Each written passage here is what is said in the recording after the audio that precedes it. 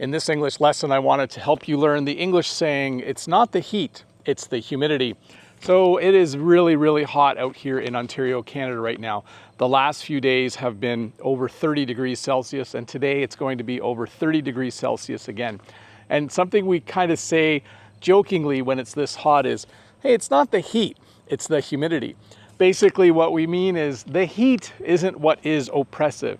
It's not the heat that's making you feel really hot, it's the humidity. By the way, humidity is the amount of moisture in the air.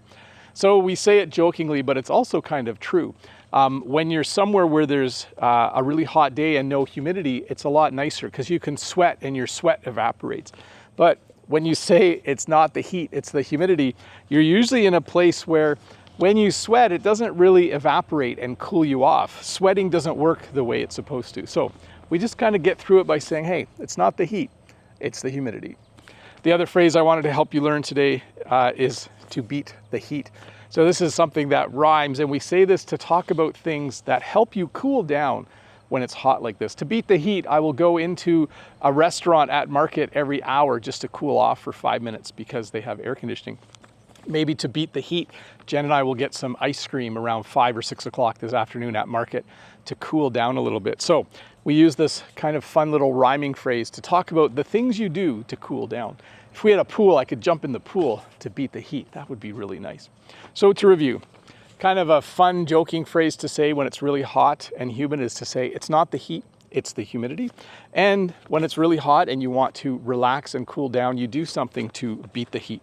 Jump in a pool, have a drink of cold, cold water, all of those kinds of things. But hey, let's look at a comment from a previous video. This comment is from Eugene. Hi Bob, I could be in the wrong, but it looks like your power line pole needs a support. And my response, we'll have a look in the next video. I think it's fine, but worth checking. So behind me, there is what we in Ontario, Canada, I've never done this before. Let me walk backwards as I talk. In Ontario, Canada, at least in my part of Ontario, Canada, we call that a hydro pole. I think in some parts of the world, they would call that a telephone pole, even though they're electrical wires, or an electrical pole or a power pole. It has a bunch of different names. We call it a hydro pole. This one is leaning a little bit, and I think that's what Eugene was talking about.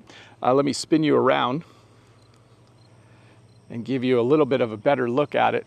It is leaning, but I can tell you a few things. One, the base of the pole is in concrete, so I think that helps it stay stable.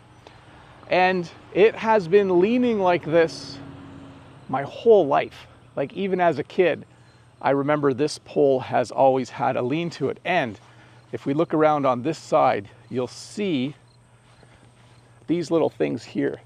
They come and inspect the pole. So the last time in 2002, they came and had a look at the pole and they said that everything was a-okay with the pole. So hopefully the pole doesn't fall over. Hopefully the concrete holds it in the ground nicely, and hopefully I don't have any problems, because if the power went out, that would really cramp my style. It'd be really hard to teach English online if I didn't have electricity. Although I do have a generator that I could fire up. Anyways, I used a few little phrases in there. Did you notice that? Hopefully you can rewind and learn those as well. Anyways, thanks for watching. I'll see you in a few days with another short English lesson. As long as I don't melt today, hopefully we make it through market without, I'm gonna be sweating buckets, that's for sure, but I'll drink lots and I'll make sure I do a few things to beat the heat.